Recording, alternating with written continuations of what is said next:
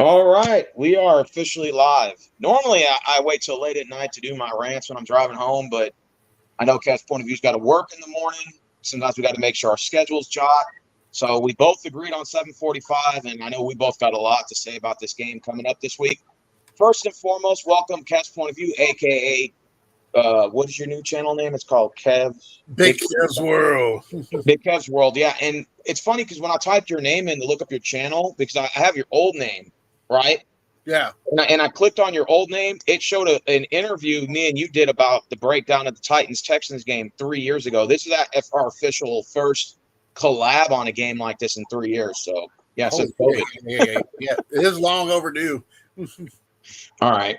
Yeah, it is long overdue. So, first and foremost, man, that was an impressive win that you guys had against the Dolphins. I had you guys losing that game. I thought Miami was going to show out. I even made jokes about why are the Titans on prime time, but we can't get a game. And boy, did you guys show out and pulled an amazing fourth quarter comeback against and Will Levis. I think he had an okay game. I think he had a decent game actually. And take me to that, man. Did you watch the game? What were your Yeah. feelings on it? Take me to it, man. Well, I think Will Levis has bounced back since he had that pick six earlier in the game. Yeah, He came back in there, threw for 300 yards, got that one touchdown pass to him and DeAndre Hopkins' chemistry is off the charts. oh, facts. They're doing very well together. King Henry may have not have ran for like 100 yards. He only had like 39 yards rushing, but he had two TDs. That's all that matters. So he's still doing that. And our defense showed up. Harold Landry, who had the ACL surgery last year, is finally starting to get his legs back. Hey, what's up, Bruin Steel? Yeah, What's up? we I did not expect us to beat Miami. I mean, Miami is 9-3. I didn't expect us to beat Miami. We came away with a win, and which means if looking at the playoff schedule, we are still mathematically in the playoff run at 5-8. And I'm not in my head because it's true. I said that only one team was worthy of making the playoffs in the AFC South, and now it could be possibly four teams. All four of our teams could get in. That's a crazy thing. And the Titans could run the table. The Giants are now 5-8. They think they can run the table, and the Bills think they can run the table. And all these teams that got these trap game wins because these trap games have been coming a lot this year.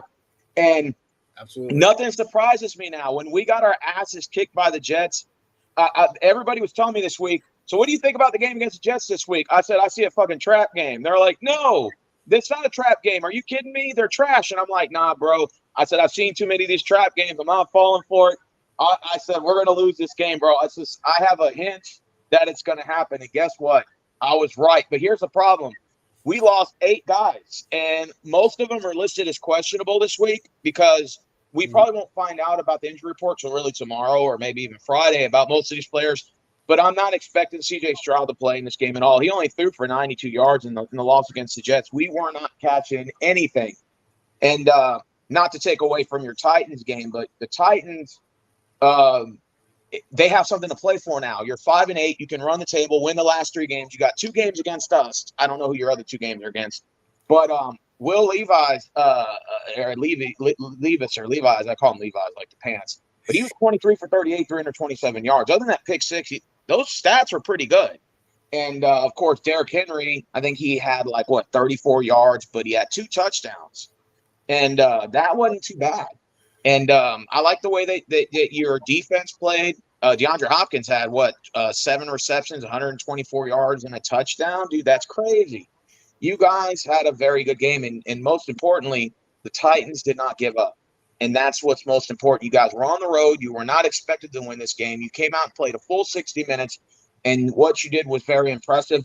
And now the Titans can believe that they can run the table. And you got our offensive coordinator, Tim Kelly, who is seeming to find he's seeming to incorporate Hopkins in the offense. And I think that's very essential for the Titans making a run down the way.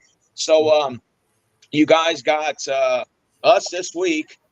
And of course, the cheap shot on C.J. Stroud by Quentin Johnson took us out, or Quentin Williams, whatever his name is, took my quarterback out on a late hit. Whatever, it's water under the bridge now. But he's probably going to be listed as doubtful. He probably most likely won't play, and it'll probably be Davis Mills. So this gives you guys a great advantage in this game. Well, I have to say, not talking about the Texans, not to get away from the Texans and Titans, but anybody who does not like Kansas City Chiefs, isn't it ironic and funny to see you fucking what's his face crying like a bitch? Who was crying? Patrick Mahomes. He's like, they had the bad call. That was a bad call. I'm like, look, the referees help Kansas City all the time. Facts. So at least now you lost. So now you can go and. But no, the Tennessee is going to be. The one thing I have to say about the Titans, and I don't say this a lot, but I really dislike a lot of Titan fans here in Nashville. Okay.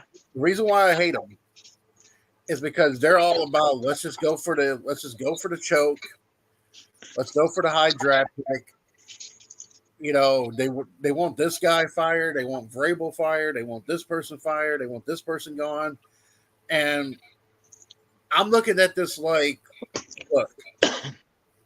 We're building something for the future. We had a lot of crap that we had to clean up from the last general manager who traded A.J. Brown to Philadelphia and did some really stupid things during the draft. Facts. You guys have had really good drafts the last 2 years. The Texans did a really good job with the drafts the last 2 years. There's going to be a dogfight between us and you guys in the coming future. I really truly believe that that's who the two main people are going to be as the Texans and the Titans. Not to take away from the Jags, but I don't think the Jags are as good as people claim they are. I think the Jags are just this. They're coached by a well-coached guy who gave the Philadelphia Eagles a Super Bowl, and Doug Peterson. But the one thing I love about this Titans team, one thing I love about Will Levis. And everybody was talking crap about him, like he was not going to be a good quarterback. What about his grittiness, his toughness? The kid wants to win. He's very competitive. He's some of those hits that he took, and basically the one hit he gave Jalen Ramsey running down the field, absolutely amazing. Will Levis is a kid for the future, and I think Titans have found their QB of the future. And what happens with Derrick Henry after the offseason, I don't know. We still got to fix the offensive line. We still got to fix the secondary on the defense. We need to do something about getting a second receiver because Treylon Burks is not, to me, has been really non-existent since we last year. But DeAndre Hopkins, D-Hop, has a chance now to get 1,000 yards this season. And had 1,000 yards in a while. Wow. So I'm just saying right now that Will Levis and D-Hop's connection to each other, their chemistry is off the charts. Oh, absolutely. Will Levis has one of those cannon for arms. It's almost like you're jealous of the kid's arm. Like how he just flicks the ball and stuff. If you give him enough time in the pocket. But one thing I'm really upset about is I really wanted to see a C.J. Stroud Will Levis showdown. I really, really, really wanted to see that. And I know that you guys are without Davis Mills though did beat us last year. Well, he's also 4-1 on the road against the AFC South opponents. So and he's won in Tennessee. So right. Yeah. So I like the linebacker you guys drafted during the draft too from Alabama. Oh, Will Anderson. Will Anderson's been a really good pick, and I'm telling you, me and Prodigal Hill talked about this when you guys. I have a bone to pick with the Texans because everybody kept talking in Nashville during the draft that we were going to draft C.J. Stroud, that we were going to trade up and draft C.J. Stroud, and the Texans came out of nowhere, grabbed him. Took the guy. I think C.J. Stroud still is the better of all the QB quarterbacks right now. Okay. I really do. I feel like he plays. He has a lot of John. To me, he has a lot of John Elway in him. That's what Prodigal Hill was telling me during the draft. I wanted Bryce Young, and I mean, thank God. Obviously, if I was a general manager, I'd probably get fired right now. But I wanted Bryce Young, and Prodigal Hill told me, "Nah, you should get that guy C.J. Stroud. He kind of has mechanics of John Elway." And this was before the draft. I'm like, "You're kidding me?" I said, "Bryce Young's the future." And like we went a little back and forth, and when we got C.J. Stroud, I'm like, I'm okay with that pick, even though we didn't get Bryce Young. I think Carolina traded up to get that pick and then acquired it, which the Bears ended up now winning on that pick, by the way. And so yeah, C.J. Stroud's numbers are impeccable. He's going to be the next franchise quarterback that we should have had with Deshaun Watson or whatever. That case ended up not working out. But we've been hit since the 2020 draft. I think we've had 25 players still on the roster since the 2020 draft. So in 3 drafts, Nick Caserio has been hitting nothing but darts in this draft, man. Him in the front office, man. They've been on top of it, man. And I like DeMeco Ryans. I think there's he has a little swag to him. He fires the team up, fires the defense up. I like that. He played for the Texans from 2000, I think, 2003 to 2009. I think he played 5 years with us, and he went to playoffs with us once in 2011, I think. And then after that, he left. He didn't stay with us the following year. But I like DeMeco Ryans a lot, man. Guy's got tenacity. He's got a lot of enthusiasm. He pumps the defense up, and he just prepares. He gets his team well prepared for the game, which the last 2 head coaches we had here didn't really do so. But nonetheless, hey, I'm all for this hire, and DeMeco's going to be here on a 4 or 5 year deal. So I hope that he stays out his contract. But yeah, we've been hitting stride. But like I said, injuries plaguing this team right now, dude. We got a bunch of players on the injury reserve right now. Look, Titus Howard, Kendrick Green, DJ Scaffin Jr., Kalian Zarier, Titus Howard, Jared Patterson, Jesse Matthews, Tony Harrison, Tank Dell. I mean, I could go on and on with the list of guys. That's just on the offense side of the ball. That's not including our defense. Henry Tutu, MJ Stewart, Eric Murray, Graylin Arnold, Hassan Ridgeway, Dylan Horton. Dude, we're screwed right now. Tavir Thomas is doubtful. DeAndre Houston Carson is doubtful. Henry Tutu is questionable. Blake Cashman, our team captain on defense linebacker, is most likely not playing. Malik Collins, Will Anderson Jr., our field goal kicker, Fairbrainy, and last but not least, C.J. Stroud. And then you still got Nico Collins is questionable too. Tank Dell's out for the year. Danny Schultz, I heard he might play, so that's good. But Shaq Mason is questionable. George Font is questionable. Dude, we got a lot of injuries. Lamarly Tunzel may not play. So I think this is a game right here where the Texans backups are going to have to show out in this game. We're going to play a really good, hungry, run the table Tennessee Titans team. They got their guy in Will Levis that wants to, prove that he's going to be the future quarterback. You guys are playing in the Houston Oilers colors, and that even makes it worse because you guys scored 4 offensive touchdowns the last time in Will Levis' breakout game. And when y'all wear the Oilers colors, oh my God. I love those colors. I'm sorry. I mean, that's just okay. Here's a tough question: Oilers colors or Titans colors?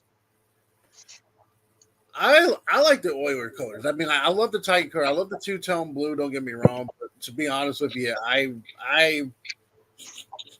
back when I was a kid, I had a Warren Moon jersey. So when people are sitting there saying, "Oh, he's just a Titan fan because he lives in Tennessee because they came to Tennessee," no, I was an Oilers fan.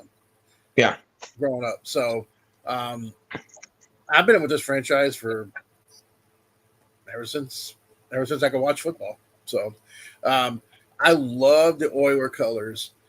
I think in a lot of ways, though, this game in particular, and you know what I'm talking about here, when the AFC South faces each other, it's always a dog fight. Facts. It don't matter who's playing and stuff like that. And these teams are all winning in the beginning of the year. I always tell anybody, in the beginning of the year, it doesn't matter. It's when you get toward the middle and the end, toward the middle and the end of the season, is when you need to catch on fire the most. That's when you really need to start winning. And if you see a team like Philadelphia, the Eagles have lost 2 straight. They're dipping. Certain teams are starting to dip. Kansas City's dipping. It would be ironic if we could get all 4 AFC South teams in the playoffs. That would be remarkable. But and you deal with the same thing I've dealt with. Everybody talks about how the AFC South's the weakest. This. I honestly think that the AFC South in the next 2 or 3 years is probably going to be one of the strongest. Absolutely. Especially because we're all getting those franchise quarterbacks. I think the AFC West actually is taking a dip this year. I think they're about equal with us. They are. I think we're both probably realistically the worst 2 divisions in our conference. But I mean, the Chiefs don't look that good, and they were crying about those calls the last game. And I said, listen, the referees have been cheating for you guys for the last couple of years, which is fine, but keep that same energy when it happens to you. Yep. Keep that same energy when it happens to you. When they cheat for you, it's all fun and games. You like to point the finger and laugh. The Patriots do this all the time. Hey, no problem. But when it happens to you, you keep that same energy. Mm-hmm. That's how I see it. And by the way, I want to say kudos to you and Prodigal Hill for speaking up about the Florida State thing. The Florida State got robbed. Oh, absolutely. And that right there is a highway robbery right there. If you're a Florida State Seminole fan, you should be pissed right now. Well, to be fair, college football is the only sport that doesn't have an actual clear path to a champion. It's more of a popularity contest, and what conferences bring in the most money? SEC, the Pac-10.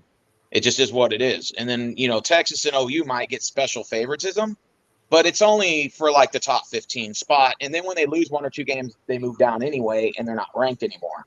Versus if you're Bama, you're 1 the start of the year, and then when you lose, you just kind of move down 2 spots. You don't really a loss by Bama or Georgia or any of these schools, it doesn't drag them off the face of the planet. But any other team that loses from any other conference that's not popular, they're off the top 25 or they move significantly down.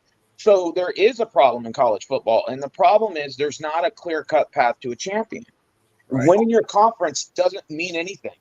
And we've seen that over the years. It's just all about they want an SEC team to meet a Pac-10 team in the championship. That's it. I mean, honestly, one team that I'm looking at who's in the playoffs is Michigan in the playoffs? They're number 1. They're playing for Bama. I'm telling you right now, Michigan's defense is legit. I'm thinking that Alabama's pretty much going to eat those words because when they beat Georgia, all I heard around here was roll tide, roll tide, roll tide. And I'm just like, look, Alabama, SEC gets a lot of favoritism. And that's true. Facts. In the NFL, you see teams like the Eagles, the Chiefs, the Cowboys, a few other teams that kind of get calls that really ain't supposed to be getting the calls, but they do. We also have injuries too. We're going to be without Jeffrey Simmons this game. One of our best punters, one of the best punters in the league. I don't know if you saw the Colts game. Colts blocked the punt twice, but what really pissed me off about that game with the Colts is the rule is when you hit a kicker or punter, you're not supposed to hit them in the leg, right? Roughing the kicker. Yeah. Colts did that twice to our punter right in front of the referee, and he's not called nothing. And now our punter's got a broken leg and is out for the year. God, that sucks. So I'm looking at it like, So who are they sending out there to punt? You? I wouldn't be able to kick it. Might as well. Hey, you know what? I would just probably be like, you know what? And then we missed that. We should have beaten the Colts because we missed that extra point. Yeah. I had the meme. There's a bunch of memes out now because Ryan Tannehill didn't do laces out.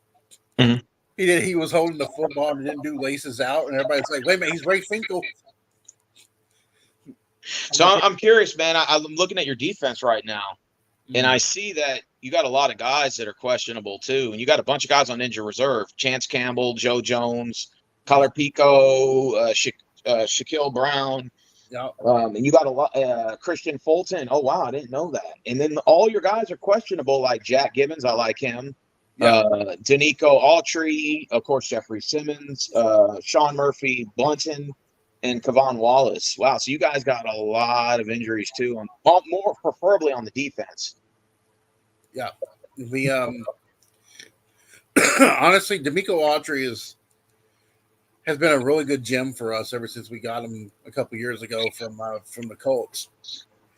And I really, I do like Arden Keaton. Arden Key. We got him from Jacksonville from this year. I really think this game is one of those things where the Texans can pretty much break our heart. If you're the Texans, you're going into Nashville. You know that you can beat the Titans in Nissan Stadium. You've done it before. If I'm the Titans, I take this game seriously because even if the Texans have all the injuries, we know how D'Amico Ryans is. He pumps up his team. D'Amico is actually a good coach. I actually think he's a good coach for you guys. But when you have a problem, you have the Titans wearing the Oilers jerseys, and the Titans have a chance to win their second straight game and kind of sneak in to get into the playoffs. You can cut the snake within the head, make a statement by beating the Titans while they're wearing Oilers uniforms. End their season. Or it could go in reverse, and you guys are going to play with that same momentum you brought against the Dolphins, and you guys bring that same energy against a Texans team that's kind of banged up. I know we can compare oranges and apples and say, well, your guys are injured and our guys are injured, but the facts are we're out our two number one receivers. So the Texans are going to be out again, Nico Collins and possibly, and of course, Tate, he's out too. So we're out both of our receivers. So we're going to have to depend on Noah Brown, who's questionable this week. And we're probably going to have Xavier Hutchinson come up. And then we'll have John Michie III. So and Robert Woods. Sorry about that child abduction thing just popped up on my phone. But yeah, we're going to have Robert Woods and Noah Brown at the 1 and 2. Michie at the 3rd, Hutchinson at probably the 4th receiver core. And if you have Davis Mills throwing the ball, the only problem with that is, Kev, even though he has one in Tennessee, I think this is a different scenario. I don't know if it was your other quarterback that started last game. It wasn't Tannehill. It was the one against Davis. It was Malik Willis. Malik Willis, and he didn't have a good game. No. I think this is a different scenario. I think when you have Will Levis in this game, I think this is going to be possibly the future of your franchise quarterback against ours, but in our case, our guy's out. And I think if you're Tennessee, you've got to take advantage of that. You have to. And I think with those Oilers colors, DeAndre Hopkins putting up numbers in that Oilers gear. And Will Levis, I think, had 4 touchdowns in his debut, right? With the Oilers colors. Yep. Monsters. And I'm going to be honest with you. I think the Texans are kind of in a vulnerable situation, even though I know the Titans or Texans shouldn't look past each other. But I think the momentum is more on Tennessee's side, I think, for this week. I think the Titans got 3 out of 4 games at home to finish the year. I know you're at Seattle next week. Yeah. And then I don't remember who y'all had the week after that. It's you got us in the house, and then y'all host the Jaguars. So if the Titans can win out and you go 9-8, I don't see how you don't, if not win that, tie for that division, you're going to lock up one of those wild card spots. Do you like your chances in these last 4 games? I like our chances in these coming games. Seattle's going to be a tough because it's hard to play in Seattle. No, that's in Tennessee. They're coming to your house. Yeah, your next 2 games are home. Okay. The only road game is at us, and then y'all host Jacksonville at the end. So 3 out of your last 4 games are at home. I think we can. If we play with the momentum that we played and feed off that momentum. That's the problem with the Titans, though. And I love my team to death, but the problem with them is when they win a game, they look good, and then they lose that momentum. Somewhere in between, they mess up a play or the referees call something on them, And it's like they mess up their momentum. I have not seen the Titans yet win back-to-back games this season yet.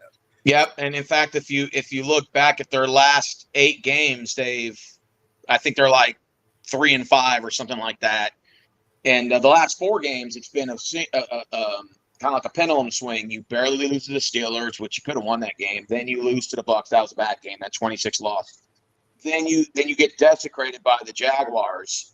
So that was like a little 3-game skid. But then you pick it up the last 3 games, winning 2 out of 3. So I mean, I'm not saying that 5-8 is something to be proud of, but if you're looking at the last 4 games, and you're hosting us with a banged up team, I would assume that that's a win. That's a 6-8 record. So now comes the question: is which Seahawks team is going to come in? Can the Titans get 2 wins in a row?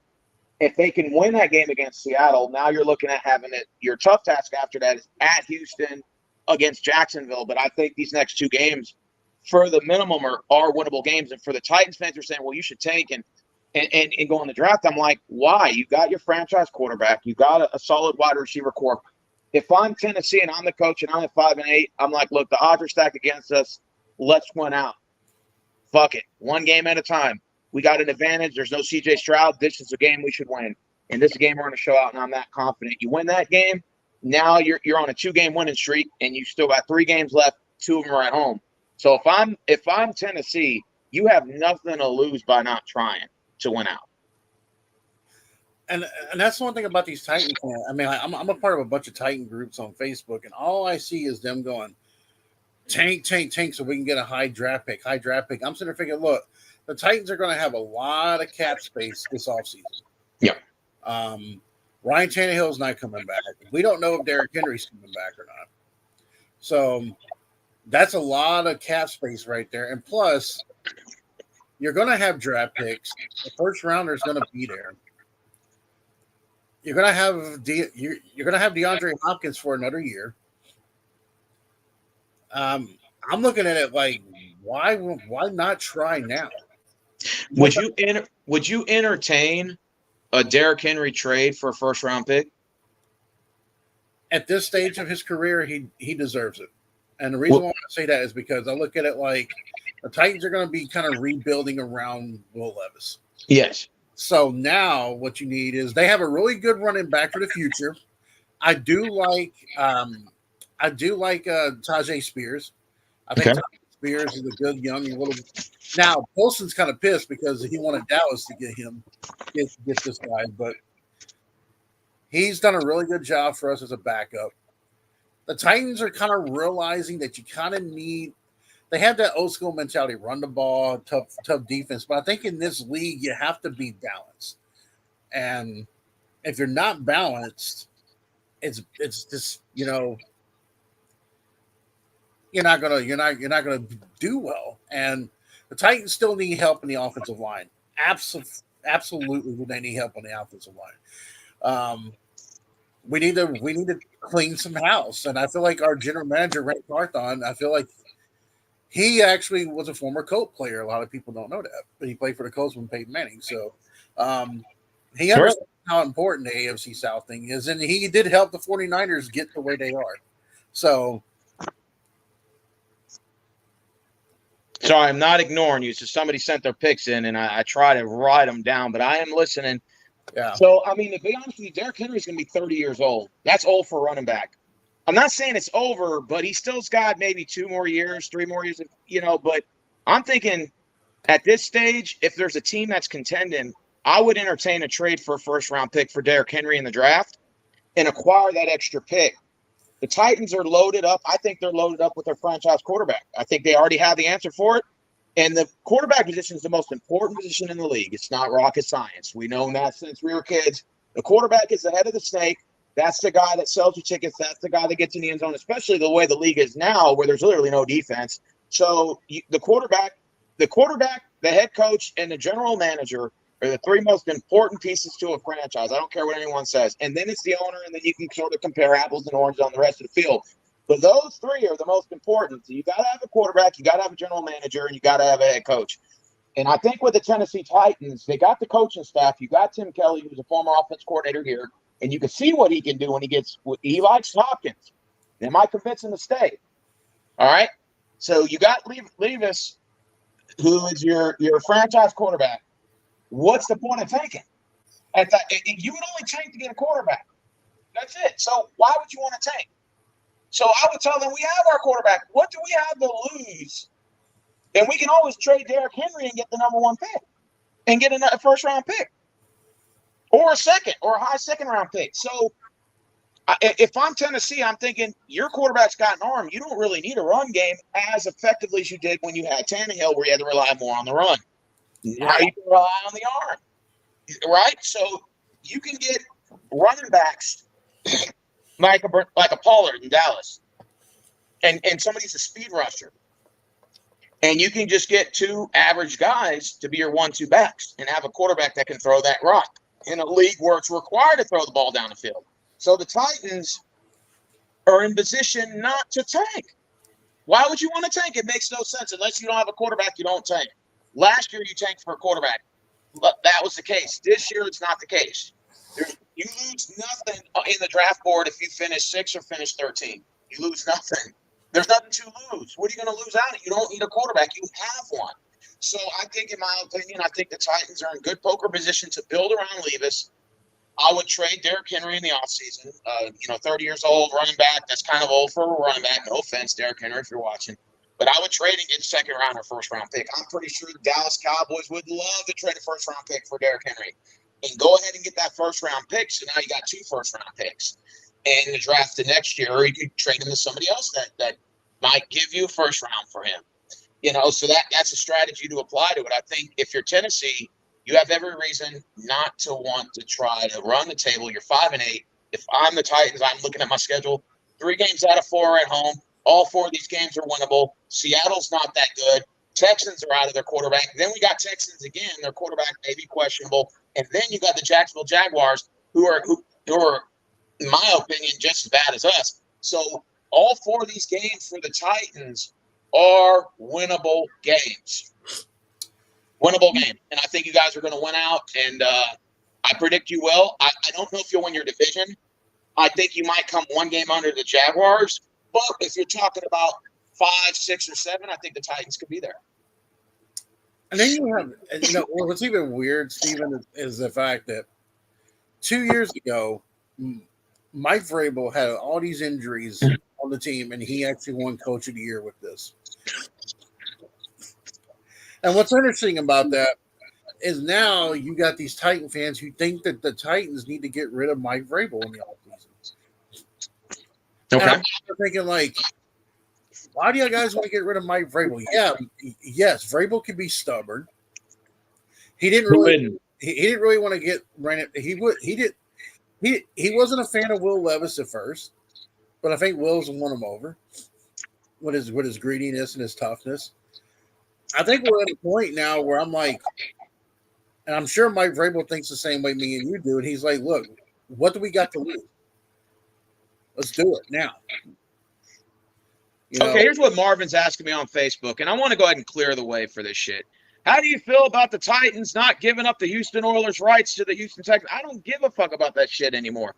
I'm going to be honest with you. I think Texans fans need to get over that shit. The Oilers moved in 96. They had a contract in 97. They got out of their contract a year early. Bud Adams, rest in peace, the old bastard. He moved the team to Tennessee. They were the Nashville Oilers for a couple of years. Then they switched to the Titans. They became the Titans. Their first year, they made the Super Bowl, I think, or it was a year before that, one of the two, right? First year. Okay, so y'all switched to the 99-2000 season to the Titans. Yeah. So the Houston Oilers' rights, even though I love Warren Moon, Earl Campbell, Dan Pastorini, drafted in 1971, and the 3rd-round pick. The first pick was Archie Manning to the Saints. That was two good quarterbacks in our George Blond in the 60s, won 2 AFL titles for the Oilers. You have Earl Campbell, you have Billy White Shoes Johnson, Ernest Givens, Haywood Bay Jeffries, Bruce Matthews, Frank Wycheck. We drafted Steve McNair and what's his name, Eddie George in the 95 season. Then they moved to the following 2 years. A lot of people don't know that. Don't follow your history. But anyways, we've had some exciting players play for this team, for the Oilers, and I will always have love for them. But God damn it, it's been almost 25. Get over that shit, bro. Get over it. It's over, dude. That they moved 25, and you guys are crying about the rights to the Houston Oilers, dude. I can go and buy an Earl Campbell jersey right now. Nothing's stopping me. I can go buy a Warren Moon jersey. Nothing's stopping me. What's the point of having the rights to the Oilers so we can change to the Houston Oilers, and then we have to play the Titans, and both the colors are going to mix up and intertwine in the game? I don't like that. I say let the Titans keep the rights to the Houston Oilers. They were the Houston Oilers before they moved. I'm over it. I've been over it for probably about 5 or 6 years now. Get over it. God damn it. I mean, I'm just tired of hearing that. It's like every fucking time. Well, what do you think about the Tennessee Titans refusing to sell the rights to the Oilers? Who cares, bro? That was 25 years ago. It's time to move on. I love you, Marvin, but it's time to move on, man. I don't even like our colors anyway. I don't even like the Houston Texan team. I think it's bland. I think it's stupid. I think we should change the name. The Dallas Texans used to be in Dallas, and now we got that same sort of name from them.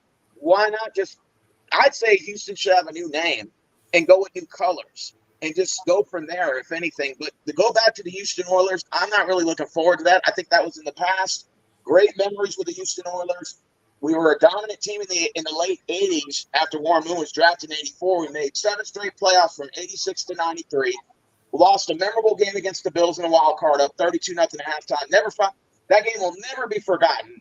Anyone who does their history will know the 1978-79 Oilers under Earl Campbell and Dan Pastorini was one of the best Oilers team. Went up to 78 Steel Curtain Steelers. They kicked our ass in 2 AFC championship games. One was a questionable touchdown, no instant replay, Mike Renfro, and I will never forget that. The Houston Oilers are a phenomenal franchise, but it's in the past. It needs to be in the past, man. We got a new franchise now. We're on our 22nd season. Texans fans love you, but it's time to get over that shit, man. Let the Tennessee Titans have them. I don't care. You know? I'm looking at it like, look, you know, there's a thing like you see teams. I know some Texans fans wanted that to happen. I know J.J. Watt was one person who thought you guys should have been able to wear the Oilers jerseys. But like Steven said, and I agree with it 100%, if nothing's stopping you to go buy a Warren. Facts. What's stopping you from buying it? Yeah, there's nothing stopping you. No, nothing's stopping you from that. Yeah. And nothing's stopping you from buying her. I got an Earl Campbell jersey right now in here. It's not an Oilers, it's a Longhorns. But I mean, if I want to go buy a Warren Moon, there's nothing stopping me from buying it. I just understand it was a thing of the past. The Oilers wanted a new stadium. We went through 2 recessions in the 80s. The energy crisis. We went through an oil crisis in the 80s. We didn't have the money to afford it. In 2003, NRG was being built in 2001. That project, it was presented to Bud Adams. He said, "No, I don't. I want it now. It's just now. I'm tired of playing this shithole Astrodome Stadium, which it was a shithole. I'm not going to lie to you, but they couldn't reach a deal that wasn't going to affect the taxpayers. So Nashville gave a call and said, "Hey, we got the stadium down here. I don't know what was the name of y'all stadium when it first opened. What was the name of it? 96? Adelphia Coliseum. We had in 99 when they finally built it. See, what happened was when the Titans were when they were the Oilers. At first, they were playing in Memphis, like at Memphis Tigers Stadium, and then they were playing at Vanderbilt. I didn't know that. Yeah. So in '99, when Adelphia Coliseum, which is now Nissan Stadium, is built, that's when that was there. And I have to say, though, if you're a Houston fan or if you're a Titans fan, you have to be sad with the fact that a guy like Frank Wycheck died the way he did. Oh man, that's unfortunate, man. Frank Wycheck, man, one of the greatest Oilers of all time. Well, he was originally drafted by the Redskins in the 93 season, or was it 91 draft? I'm trying to remember. I don't know all my NFL history, but I think the 93 draft, he was 6th round pick, and the Redskins got him for a couple of years, and then the Oilers ended up getting him. Then he went to Houston in 95, and I think the year after that, he went to Tennessee. And then he was a Tennessee Oiler. Fun fact, only 5 Oilers players played in the Super Bowl against the Rams. You know them? Well, take a shot. I'll let you take a guess. Because I know them all. Bruce Matthews. 1. Steve McNair. 2. Eddie George. 3. Frank Wycheck. 4. And I think either Blaine Bishop or Marcus Robinson. Blaine Bishop. Yep. 5. You got him. So 5 Oilers players played in a Super Bowl. That's never happened since the NFL merger. If you include AFL, then you got George Bland and all those guys in 1661. But that was before the NFL merger, But yeah, only 5 Houston Oilers players played in the Super Bowl ever, and that was the year against the Rams, and those 5 players. Frank Wycheck. A funny thing about him was I talked to him about a year ago. He had a YouTube channel, and he had a live stream, and he was buzzing people in if you paid him like $5.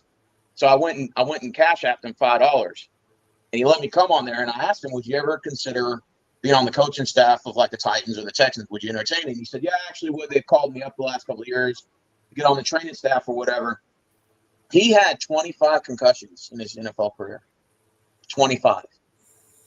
And again, I think that fall that he had might have been correlated to his past injuries in the NFL, and it's unfortunate because they said he fell and banged his head real bad, and that's very unfortunate. Dead at 52. That's very unfortunate. When I heard the news, it was on December 11th. It was December 9th when it happened. His family made the confirmation on Twitter.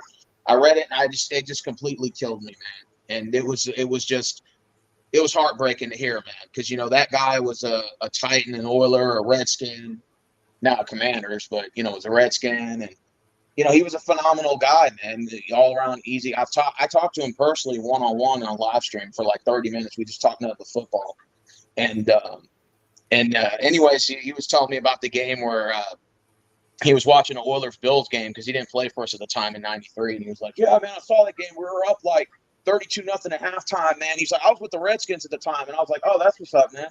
He's like, "Yeah, I wasn't on the Oilers then, though," but he was like telling me how the game has changed because before halftime, you had to race down the field to kick a field goal, and teams would let the clock run down in the 2-minute warning. They would let it run down all the way to like 5 seconds, and they would be like on the 40 or 35 because they were playing for field goals. Now the game's sped up. Now you got teams with like, there'll be like 1 minute left till halftime, and they're trying to go 90 yards down the field for a touchdown. Like how the game is, the pace of the football has changed so dramatically over the years. Like the game is faster. Like the NBA back then, they used to run the clock down to 0. And then they would shoot. And the way the basketball started is everybody had to pass the ball to each other one time in the 50s and the 60s, and then the last guy would shoot the ball with like 2 seconds on the shot clock. Then in the 70s and the 80s, one guy would dribble the ball up, pass it to one, and then that guy would shoot. And you're like, hey, man, you're shooting it too fast. Then in the 2000s, late 2000s, you got guys that are shooting nothing but threes now. They're not even shooting 2-pointers that much anymore. Like that, the game is sped up in sports so dramatically over the years. It's crazy. But yeah, it's unfortunate that he passed away. I mean, you're 52, still a young age, and condolences to his family and all that. But yeah, he's had 25 concussions over his career. He told me that on live stream. He said, "You know how many concussions I had?" I said, "How many?" I said, "Like 2." He said, "No, 25." And that's the ones I accounted for. The ones I didn't account for is probably about 100. I said, "Bro, like he ain't lying."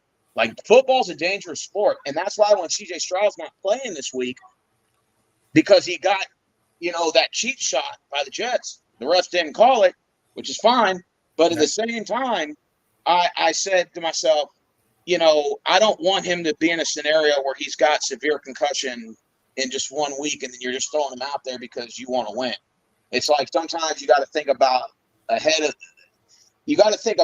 the future. And I'm like, I would rather if CJ's got to sit out 2 weeks to make sure that he gets over this, I have no problem with that. And if we got to lose, so be it. Because the way that I see it is, I had this team winning 5 games this year, 3 to 5 games. They won 7, so they exceeded my expectations. We got a great team, so we have nothing to lose by not making the playoffs because I already had this team not getting in anyway. The expectations are real low here in Houston for us to get to that point. So I said next year will be a great year for us to make a run at it and address some of the need, little small bits and pieces that we need. But I think we got a good team to compete with next year.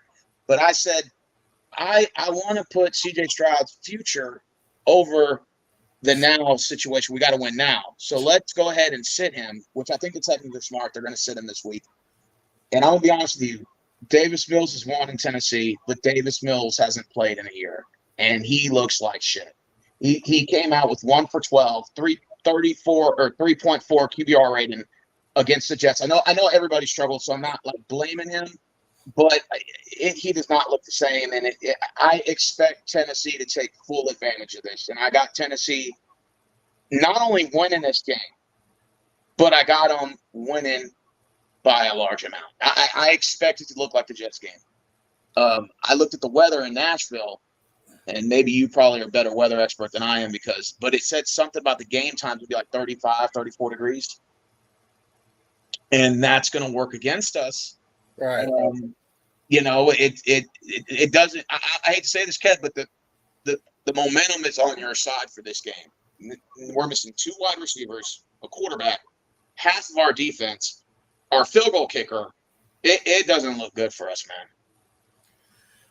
The one thing I don't want to quote a movie, but I have to for this. Okay. And it's like the original Fast and the Furious. What Vin Diesel as Dominic Toretto says, it doesn't matter if you win by an inch or a mile, winning is winning.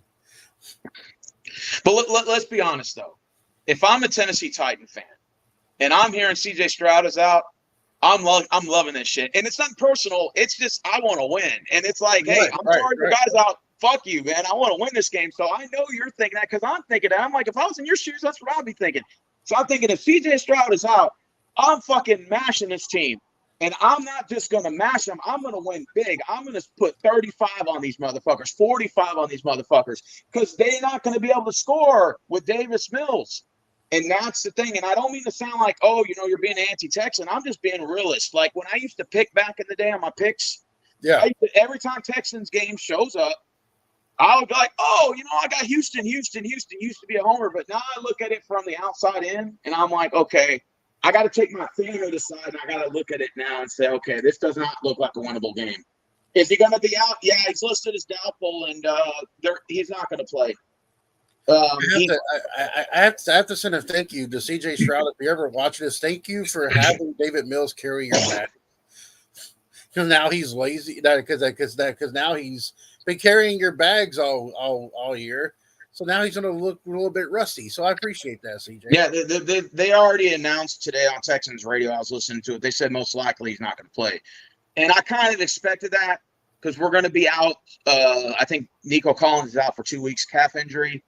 Of course, as you know, our other receiver Tate's out for the season as well. So, again, we're going to have to depend on Noah Brown. We're probably going to have to put Noah Brown at number 1, which, he hasn't really been doing shit for us, to be honest with you. So Robert Woods, Noah Brown. Robert Woods used to play for you guys, by the way. So we're going to have Robert Woods, Noah Brown. We're going to have John Mechie III. We're going to have to bring Xavier Hutchinson up from the practice squad and put him at the number 4 slot. So what do you think of Robert Woods? Do you like him? Was he good in Tennessee? I think he didn't get a fair shake because when he played for the Rams, he had that ACL surgery. Yeah. And then he came in. He did some numbers for us, but I don't think he got what you call a fair shake because the Titans were really struggling last year. The Titans were 7-3 and then just went down. So I think that Robert Woods really didn't get a fair shake, but I'm glad he's getting a fair shake in Houston. I actually give him credit for it. He's getting a fair shake. I'm sure he's going to be a little bit motivated because we cut him during the offseason, so he's going to be a little bit motivated. But I tell you who's really motivated is Will Levis. Will Levis, on night 1 of the draft, sat there with his girlfriend and his family, watched everybody else get drafted before him. And that's why that kid's got a chip on his shoulder. Yeah. And like I said, let's go over your last 4 games again. You play us, and then after that, you host the Seahawks, which the Seahawks have lost 4 in a row. So that's something to look at. Then you play us again. Stroud most likely will be back by then. And then you got the Jaguars. They're in a wishy-washy. That could be the game that you might try to take the division. Right now, the Titans are 0-3 in the AFC South as far as division games. Ouch. So it's important for them to at least get this win. They got to get one AFC South win. That's all I'm asking for. At least two. At least two. Yeah. I mean, I'm not asking for much, but just one or two, be fine. You guys go 1-5 in our division and make the goddamn playoffs, and we don't. Man, that shit's fucked up. That means we gave Roger Goodell a little extra for Christmas. Bro, I swear, if y'all go 1-5, that means y'all have to lose this game and the last. Well, no, realistically, if you win one more 6, I think 6-11 won't get you in. So you'd probably have to at least win. Well, okay, you're 5-8, so you'd have to at least win about 3 out of the last 4. Probably to have a shot at 8 and 9. Yeah. You probably could get the 7th spot, but it also depending on what everyone else does. The Browns, the Broncos, and the Bills. You have to see what those other teams do. But man, I'm telling you, if you guys look at your schedule right now, I'm telling you right now, man, you guys look like you could win the last 4 games. So is that true, Steven? Houston has not had a primetime game this year at all? Nope, no primetime games.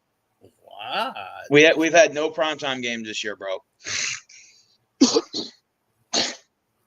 Not any. Nope. We're the only team, I think, in the NFL without one. I think you guys will get one next year because, that's why I'm not too worried about it because I look at it like this. The primetime games is where it's like everybody and their mama's watching, right? Whether it's a Thursday game, your Saturday or Monday, whatever, Sunday night, everybody's watching, the cameras are in, there's more pressure for you to perform. I'm not saying Texans can't live up to it, but what I am saying is maybe it's kind of good we go under the radar and get these games out and over with early, like the noon games, and just go. We had one afternoon game against the Broncos, and they flexed that to the noon game. We ended up winning that game, which we were the only team that stopped the Broncos winning streak. They've won 6 out of their last 7 games, and the only game they lost was to us, and that's after they started 1-5. So the Broncos are looking very good right now. I've been telling everybody that the Broncos are definitely an under-the-radar team that everyone's got to watch out for. They possibly could win the AFC West. You possibly could be seeing Denver at Baltimore for an AFC Championship game. That's a possibility. But, the Titans, they have everything to play for at 5-8. If I'm the head coach right now, I'm loving my position. I'm like, hey, guys, we got nothing to lose. We go out there, we play a good game against the Texans. Let's go kick their fucking ass. CJ Stroud's out. Fuck him. Fuck them. I hope he gets better, but fuck them. And let's go out there. If I'm Vrabel, I'm pumping this team up. I'm like, this guy will. We're giving him the keys to the city. He's a franchise quarterback, and we have nothing else to do but go up. But I've always had love for the Tennessee Titans. Did I hold a grudge? Sure, maybe at some point. But I think the Vince Young thing was more the grudge for me. Because Vince Young should have played here. And we ended up getting Mario Williams, which that's okay. No big deal. Water under a bridge on that. But Vince Young, like I said, honestly, he had a lot of issues outside. He didn't get along with Jeff Fisher. Jeff Fisher really wanted Jay Cutler and Matt Leinart. Matt Leinart. And or Mario Williams and Bud Adams at that time when he was still alive, God rest his soul, wanted Vince Young because he wanted to stick it to the Texans.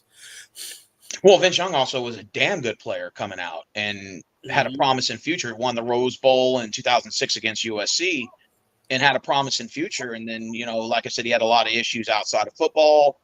And then not only that, but Jeff Fisher and him didn't get along. And then after that, he took a low end, and then he went to the Eagles. And after that, his career was just over.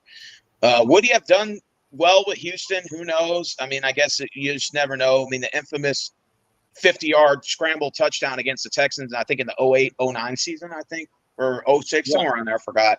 But that was the infamous touchdown against the Texans. That was a pretty cool thing to see. And like I said, I always have love for the Tennessee Titans. I guess it's because they used to be a Houston Oilers franchise. And, I wish nothing but the best for those guys. In fact, I hate Indianapolis more than I hate you guys. In fact, Titans and Jaguars fans hate each other like the way me and the Colts hate each other. We hate each other. Ours go way back with the Andrew Luck, the Peyton Mannings, and all that, kicking our asses and stuff like that. So there's a lot of rivalry between the Texans and Colts, but Jaguars and Titans. Oh man, you guys hate each other's guts, man. I got no love for the Colts, and I got no love for Andrew Suck for Luck, and I got no love for you Jagoff fuckers. I really don't. I'm sorry. I have no love for you whatsoever. Now, the only reason why I had a little problem with Houston is because you remember Joseph Tinney. I had a problem with him. But, oh, yeah. But other than that, I mean, it's like I really don't necessarily have a problem with Houston like I should. Like some people, some Titan fans look at me here and they're like, "You don't have a problem with Houston?" I'm like, I mean, yeah, they're our rivals and I want to whoop their ass. But it's like I don't hate them. There's not. Well, I mean, we're all in the same division, so of course, you're going to hold the teams in your division a little bit more closely than you are with the teams outside of your division or your conference because you're playing them twice a year. So there's a lot more playoff impact. Plus, if you can have a better record than 3 teams in your division, you automatically are guaranteed a home game and a playoff spot. So, of course, there's going to be a little bit more of a competition hatred for each other. I'm not to say I don't hate the Jaguars or the Titans as much as I do with the Colts. I hate all you guys, but I hate the Colts the most. The Jaguars are kind of like the least amount. Titans are maybe in second that I hate more than so. But like I said, am I going to go into this game thinking, we're going to lose? No. But if I'm just looking at it from outside of the standpoint, you have a lot of these injuries. You got Davis Mills starting. He looked kind of rusty in that Jets game. Maybe it's Foles' goal. Who knows? He's 4-1 against AFC South opponents, so that's kind of something to look forward to. But I just don't know if he's going to be the same Davis as he was the first and second year he was here. He sat out for a whole year, and I don't have any high expectations. I'm hopeful, but I don't have any high expectations. I think with the Titans, you're going with the Oilers colors. Levi's is going to have a phenomenal game with his arm. The last game, he had 4 touchdowns in that Houston Oilers color. And, I think this is a game where I think the Titans are just going to take advantage of this. And I got the Titans winning, and I think I got them winning big. I got them winning probably maybe 35, 38 to maybe 13, maybe 10, somewhere around there. I honestly think that Derrick Henry's done a really good. I tell this to Titan fans. Titan fans are selling their tickets online now because they feel like we're 5-8. They're sold. I'm like, I want Titan fans to realize something. It's important to go to these last couple of home games because I'm probably going to try to go to this one on Sunday. Nice. The reason why it's important is because Derrick Henry deserves that respect from us Titan fans. These might be the last couple games you ever see him in a Titans uniform. So you have to it's like, he still may get 1,000 yards rushing, and he's already got over 10 yards. He's already got over 10 touchdowns. He's got 9,000 yards rushing for his career. He's got like almost 80 plus touchdowns.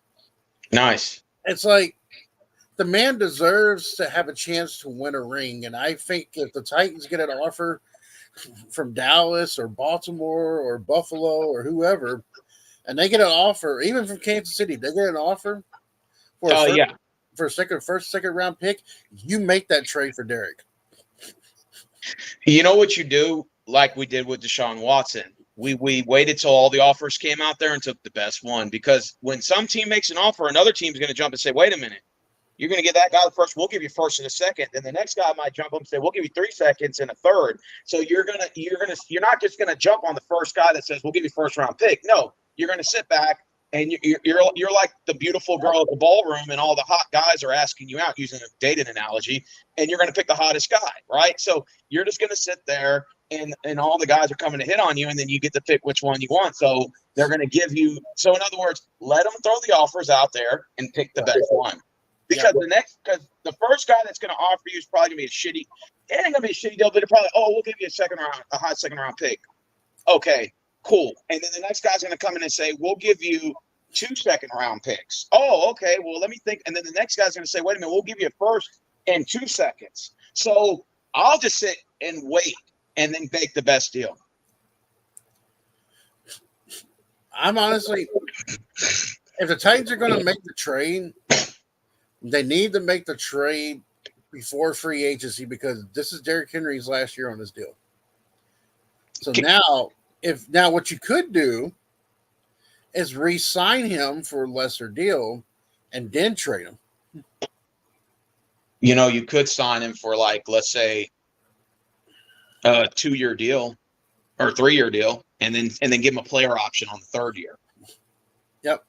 And just say, look, we'll sign you for 3 years, 2-year with a 1-year player option, and then that way he's like, okay, so after 2 years, and I can get out. Okay, cool. And then throw some kind of guaranteed money, like at the front end, and then or the front or the back end, and then those teams will, you know what I'm saying? So they get a guy that's going to be there at least 2 years. I think honestly, I'm surprised we didn't do the trade for him during this year. Mm-hmm. I was surprised we trade Kevin Byard to Philly. I was surprised about that one, but I know that was a money situation. That wasn't against Kevin Byard. Okay. Derrick Henry thing, I felt like there were so many rumors about Dallas, about Baltimore, this and that. And I'm sitting there thinking, you guys should have pulled the trigger already. You could have listened to offers and then been like, whichever one's the best, we take. All right, so let me ask you this. Let's go back to the game this Sunday. Mm-hmm. What do you see panning out? Like what do you think's going to end up happening? What are your score prediction? What do you think's going to end up happening? Because I gave you my score prediction. I think the Titans will. They haven't really scored past 28 points since that Green Bay game last year. I think the Titans are going to be in the 20s. I think it might be like 28-17 or 28-21. I think the Titans are going to win this game just because there's so many injuries on Houston. If you don't sit there and stomp them in the throat, and you let Houston come in and beat you, with Davis Mills, then I look at it like this: if they let him just come in there and they beat the Titans don't deserve to be in the playoffs. Oh, facts. Obviously, if you lose this week, or if you lose any more games, that's the fork in your seat. But if you lose this week, you pretty much know, okay, the next 3 games are just bullshit games, or you want to spoil the other teams, I guess. But or maybe the tank. The idea of tanking at that point could be possible if you lose this week to us. But I'm thinking, if you're Tennessee, you better win this damn game. There is no C.J. Stroud playing. You better win this fucking game. And if I'm the Houston Texans, I'm thinking, just go out there and play, and whatever happens, happens. Because I'm thinking, if going into my situation with Davis Mills, I know what he's capable of. He's not really a deep passer, accuracy. He's more of a short, dink-and-dunk game manager, check down kind of guy. Yeah. You're not going to see too much explosiveness from Davis. The only way we win this game, we got to keep the score low against the Titans and maybe pull out by field goal at 17-14. But with Levy's in there, and then a banged-up defense, I'm thinking if I'm the Texans, look, we got all these injuries. We got every reason to lose, so let's just go out there and play. Whatever happens, happens. I'm not asking you to do spectacular things. I'm just asking you just to hustle and try hard and see what happens. Like, I'm not going to tell Davis Mills you better win this game, because I would be foolish to say so. That would be stupid. But I'm thinking, if I'm the head coach, I'm putting Davis Mills, just do out there, whatever happens, happens, and do the best you can. That's all you can do at this sense, because I'm not anticipating Davis Mills is going to win this game. I think we're going to lose this game if Davis is the starter. It would make no sense to start C.J. Stroud on concussion protocol. I think they would be rushing him out there. I don't care how much he says, "Oh, I'm fine, I can go." No, absolutely not. I'd say just take this game off. I would rather have you around for the last 3 games and try to compete for a wild card spot, rather than just rushing you now and then further injuring you. And then now they're going to compare you to Tua, and how the Dolphins just keep throwing Tua out there despite his injury, despite his concussions. So I'm thinking the Texans got to play it safe here. This is our franchise quarterback. And even if they got to sit Stroud out for 2 weeks to make sure that he's safe, if we're going to lose, oh, well, so be it. Because I'm looking at the future, not this, we're trying to win now and make the playoffs. I'm like, no. That's what happened. A backup quarterback is for, next man up. Davis Mills not the best quarterback out there. He's he has the best stats in the 2021 draft besides Mac Jones, stat-wise, and I troll a little bit with that. But at the same time, his record is 5-21 as a quarterback. And like the old saying goes, you are what your record says you are. So if he goes in that game, I'm not anticipating a 5-21 quarterback is going to fucking win. All I'm asking you is go out there and do the best you can. And that's it. Period. I can tell that when we're talking about the Titans and the Texans, people in the comments are talking about their teams. It's like, oh, well, I'm sitting, one thing I'll say about Philly, and Okay. I all respect the Desert Eagle. I love Eric. But how does the Eagles get all these trades for all these good ass players? I noticed that. They always do, don't they? Yeah. Don't it seem like that? Don't it seem like the Eagles always find ways to get good players? Absolutely. And it's What weird. about the Niners? Do you think the Niners are there? The Niners got CMC. I mean, you could make that argument, right? The 49ers got Chase Young, now with right next to Boza, and I'm telling you right now, San Fran is like that schoolyard bully right now.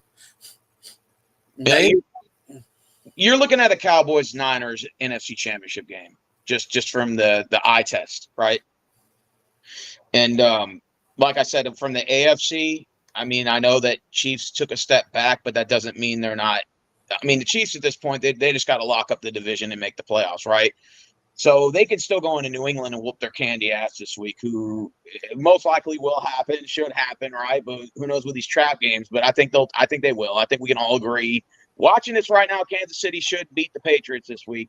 That'll put them right in the driver's seat again, sort of. And then Denver still got to win in Detroit on Saturday. That's not going to be an easy game.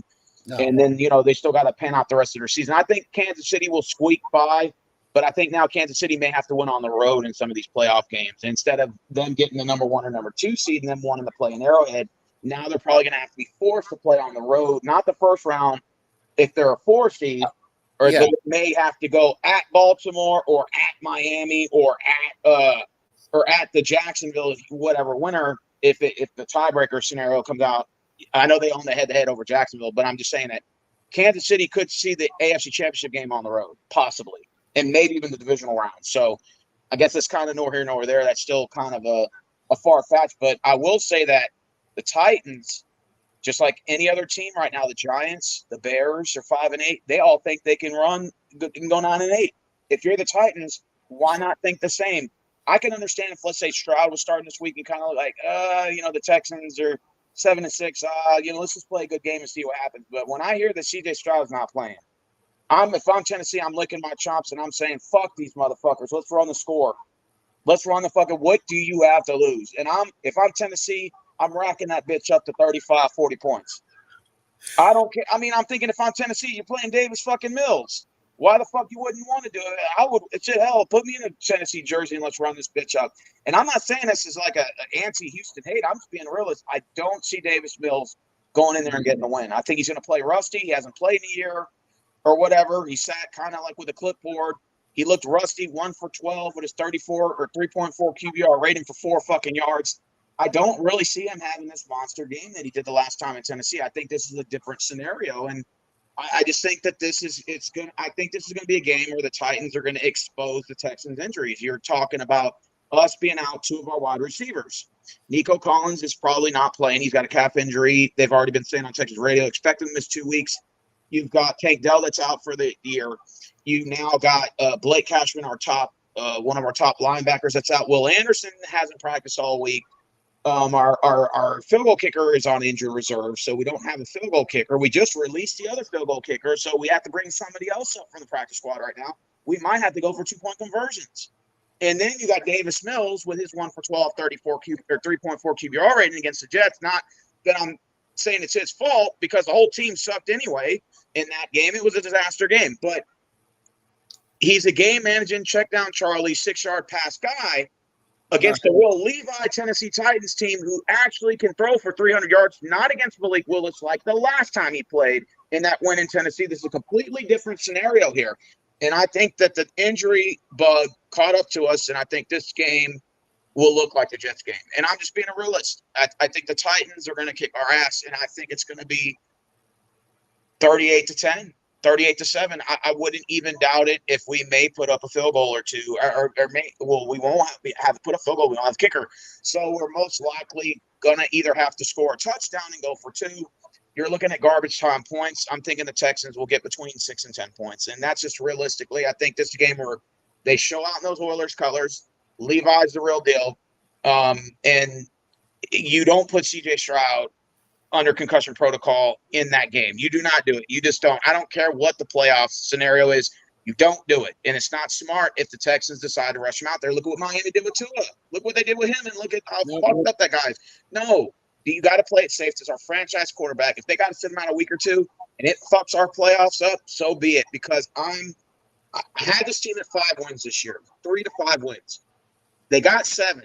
So they exceeded expectations. No one on the Texans organization said we were supposed to make the playoffs this year, and we have put ourselves in position. Do you want to jeopardize to try to make the playoffs, to satisfy a bunch of trolls on the internet, to put in our starting quarterback who has to go through concussion protocol throughout the whole week? It makes no logic sense.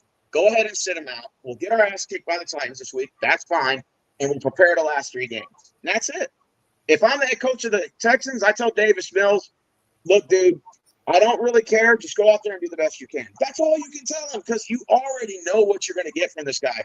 Why even get mad? Just say, listen, we're in a fucked up situation. We got all these injuries. I'm not blaming you for that Jets loss, but you did look like crap. You haven't played in a year. I'm not expecting you to do anything. Whatever, just do the best you can. That's all I can ask. And if Davis Mills can build the confidence up and say, you know what, I'm going to go out there and show my coach that I can make some plays here and there, I'd rather him be under center with the expectation I don't have to do much, so that it will give him confidence to maybe want to do more, to motivate him, than just saying, well, yeah, you're trash and you shouldn't even be here.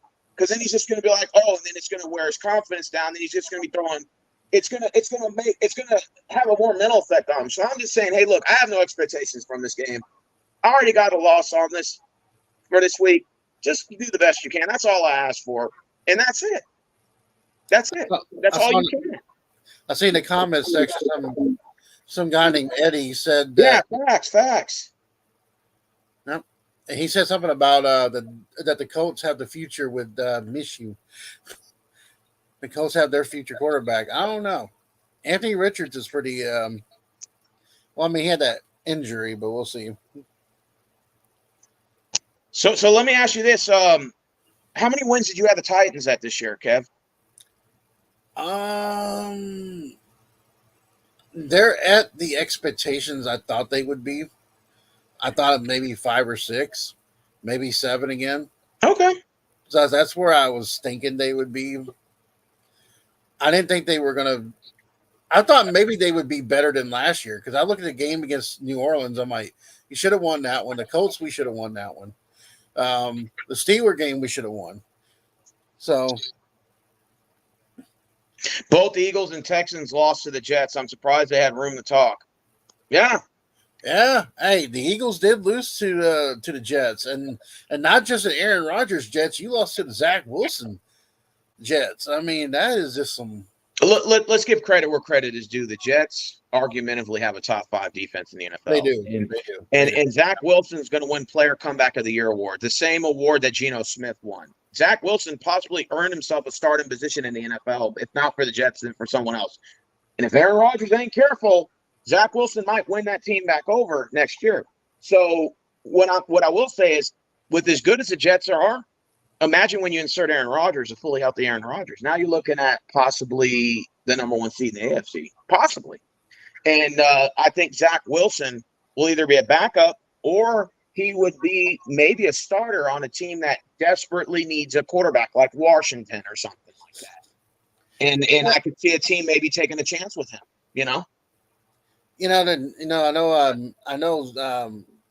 Travis is bragging about the fact that they beat they kicked the Jets' ass on week 2. But yeah, you guys did that with the less Aaron Rodgers Jets team, and not really Rodgers. Well, that was still a Jets team that was still trying to figure themselves out. But let's not pretend like the Jets didn't get quality wins this year. At Denver, quality win. Okay, Denver wasn't the same team they were back then and now, but they got the dub in Denver. Yeah. They got a win against the Dolphins. They got a win against the Eagles. They beat us. The Jets are winning. They're actually beating good opponents, though. For a team without Aaron, you would say, I don't see you winning past a game or two. They got 5 quality wins. If you want to go by the college argument, they got some good quality wins there. Maybe they should be in the top 4. Well, Kev, I know it's 9 o'clock and you're probably going to want to go to bed soon. Since we got on the topic of college football, who do you got winning the Bama Michigan game, and who do you got winning Texas Washington, and then who do you got winning the championship? I got Michigan beating Alabama, and I got the who's the other two? Washington and Texas. I got Texas and Michigan in the national championship. Okay, that's in Houston, and then who you got winning? The Wolverines. Oh, and that's what I picked. I think that this is the year that Michigan gets over with McCarthy at quarterback. I think that this is sort of like either Harbaugh gets an extension or he goes back to the NFL. Rumors has it the Bears are expected to get Jim Harbaugh. And if the Bears can land Jim Harbaugh with 2 first-round picks, you get Marvin Harrison Jr., and you trade that other pick down and acquire more picks, the Bears are going to be in the same position we were in with a lot of draft capital. And then you bring in Jim Harbaugh to try to coach Justin Fields to see if they can make him a possible mobilized quarterback in the pocket passer sort of situation that can discipline him. And I was on Judah Tribe's last live stream where I talked about that. I said, he said, do you think Justin Fields should get a extension with the 8-28 record? I said, listen, this will be his 4th year next year because it's a player option after his 4th year. Why not bring in Jim Harbaugh and do that scenario? You get Panthers' number 1 pick. You get your number 1 pick. You'll probably finish 5 or 6 in the win column or in the draft board. So you get those 2 picks. You get the first pick. You draft Marvin Harrison Jr. You get the 5th pick. You trade down, acquire more picks, get draft capital, and then you bring in Jim Harbaugh, and then you put Harbaugh in that position to discipline Fields. So I was telling him, I understand Fields sucks right now, but if you put Jim Harbaugh in, that's an old school coach that can. He motivated Colin Kaepernick. So if he can motivate Colin Kaepernick, he can motivate Justin Fields. So I was telling Jimmy, don't give up on all that, But with the Titans got the coaching staff. You guys got your coaching staff. You guys got your roster. I'm gonna be honest with you. If Derrick Henry came up to me right now and said, I want to be a Titan for 2 or 3 years. I really like where this team's going. I'm gonna be honest with you. I would commit to him. I would say, okay, I'll give you the 2 years. I'll give you 2 years, 3rd-year player option, and I would keep him. I think the Tennessee Titans are in a great position right now with their quarterback, with the roster they have, and like you said, build around Will Levis. Derrick Henry knows at this point in his career, I don't have to rush for 1,000 yards a year. I can rush for 500 and get the same touchdowns as long as Levis is getting the ball out there to D-Hop and all the other players you got on your team. Like, who do you got? You got D-Hop, you got Nick Westbrook, you got Treylon Burks. He hasn't really been incorporated a lot. You can have Chris Moore. Maybe you can go in the draft and get some other receivers to complement Hopkins. And you can go that route and say, look, Derek, we don't need you to rush for 1,000 yards. We can keep you at that 500-600 range due to your age at 30. And then we can still complement the receiving core. You already got the quarterback, so we don't have to depend on you to drive the ball 90 yards on the run anymore. We got that quarterback that's going to put you in position to have that 3rd and goal scenario where you can rush for 70 yards in one game and still get 2 TDs. You don't have to rush for 150, 200 anymore. So to be honest with you, Derrick Henry could just be that 3rd down back, or he could just be that back that's in the goal line. That running back just comes in there and still gets the touchdowns. And you can just use him like that. I mean, you don't necessarily have to use him with 20, 30 carries a game anymore. You can just use him Facts. Special ways.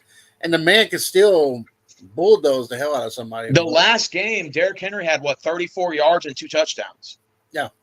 I don't give a shit if he has 10 yards. If he's got 3 touchdowns, that shuts the whole thing up to me. If you got 2 touchdowns, rushing touchdowns, and rather you got 34 yards or 200 yards, don't matter to me.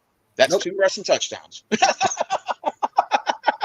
this offense this league is an offensive predicated sport now. It's not defense anymore. So all that matters, you get in the end zone. That's all that matters. Points is what matters. So it doesn't matter how you get it. You get it. That's it. Conversation over. I don't care if he's averaging 10 rushing yards a game, but if he's scoring me a touchdown or 2 a game, I'm good with that. Facts. You and I have the same exact mentality. That's why I tell some of these Titan fans I'm on the group. I'm like, why are you guys bitching about? Why you guys want them to do this and that? I'm like, facts. Facts. We got all this stuff, and you really think the Titans are going to get rid of Mike Vrabel and let Mike Vrabel go to New England as their coach? No.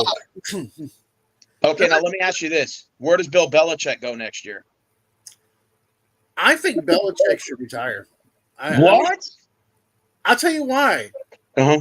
He's got these Super Bowl rings from Tom. He's really got nothing to prove. I'm looking at like you're one of the best coaches to ever coach the game. Now you would be up there. If you were, I think if Belichick coaches a team, it would have to be a playoff winning team. Okay. Okay. Just make your prediction. Let's say he does stay in the league again. Where does he go? If you had to pick. Because I'll tell you mine, but I'll wait to see what yours is first. If you had to pick a team, or let's say 2 teams, where do you think he's going to go? You say a playoff team, right? I would. One team that comes to mind is Buffalo. Whoa! In the division. With Josh Allen in that team, yeah. Whoa! Belichick to the Bills to stick it to the Patriots in Revenge of the Sith. Young Master Patriots. That would be funny for a troll gig, but I'll be honest with you. I think if you're Bill Belichick, and this is just my opinion, because I thought about this the other day, and I think if he's going to go somewhere, it has to be a market base, right? So your major market cities, it's got to be a team where there's a brand, right? So the only 2 teams that I can think of that would land Bill Belichick a spot, and there's going to be a lot of bias for this, but these are 2 teams that desperately need some sort of turnaround, and would throw the house at Belichick. I'm talking about 3-4 year deal, mega $1 million deal. I'm going to be honest with you. I think he goes to the Chargers or the Raiders. I think he'll end up as a Chargers head coach or a Raiders if the money's right, or if he's given, the GM / head coaching, keys to the city sort of deal. He's probably going to be a GM / head coach. And I would not be surprised if you see Bill Belichick landing as a Charger next year, or possibly a Raider, depending on their draft position, how much how much power and control is he going to have? He's probably going to want to be a general manager too. So you're probably going to have to make up a GM head coach, and he's going to have they're going to throw the house at him. And I think the Chargers and Raiders are in desperate need of a coach that's going to be there. They need a guy with experience, not a 1-year guy, not a young head coach from college. They need somebody who wants to win now. And I think if you're Chargers or the Raiders, I think you would have to throw the house at Bill Belichick. You would have to. You'd have to. Honestly, I can honestly see the Raiders, because Tom Brady does have a little bit of majority ownership with the Raiders. Well, I think the problem is with the Chargers is you got 2 wide receivers that make up for like $30 million in cap each. Yeah. You got Keenan Allen and Williams. And the problem with Williams is he tore his ACL, so he's not going to be back till late next year. And he's due for 14, 15 million next year. And then you got Keenan Allen. So you got 2 wide receivers that's making up a lot of salary. So if you cut them, it takes a hit on your cap. The problem with the Chargers is they don't have the money to spend in the offseason. So they have to build in the draft around Justin Herbert. But if I'm the Chargers, I'm probably going to let go of Mike Williams. And he's got 1 year left on his deal. I would try to get rid of him and it may take a small cap hit on there, but I would try to get rid of him. And you have to keep Keenan Allen at that point. But if I'm the Chargers, I'm definitely going to try to beef up that O-line, and I'm trying to build around Justin Herbert. And definitely that would be my mindset. If I'm the Titans, I think the Tennessee Titans have to build around Levis. It used to be you had to build around Derrick Henry. Now it's you got to build around Levis. And I would have, if Derrick Henry wants to stay as a complimentary back, then so be it. If not, trade him, acquire the draft picks. So, and in that way you can have that draft capital. I think if you're the Titans, you have a lot to play for this week. And what's the worst case scenario if you don't make the playoffs? What, you go 10 or 12 in the draft? Who cares? Well, here's something for you. But before we go, I have to say there's a big rumor going around. And this guy is usually legit. He works for the Boston Globe. If they get rid of Belichick, Robert Kraft, the Kraft family really wants Mike Vrabel as their head coach. There even been a rumor that they might offer their first round pick for Mike Vrabel.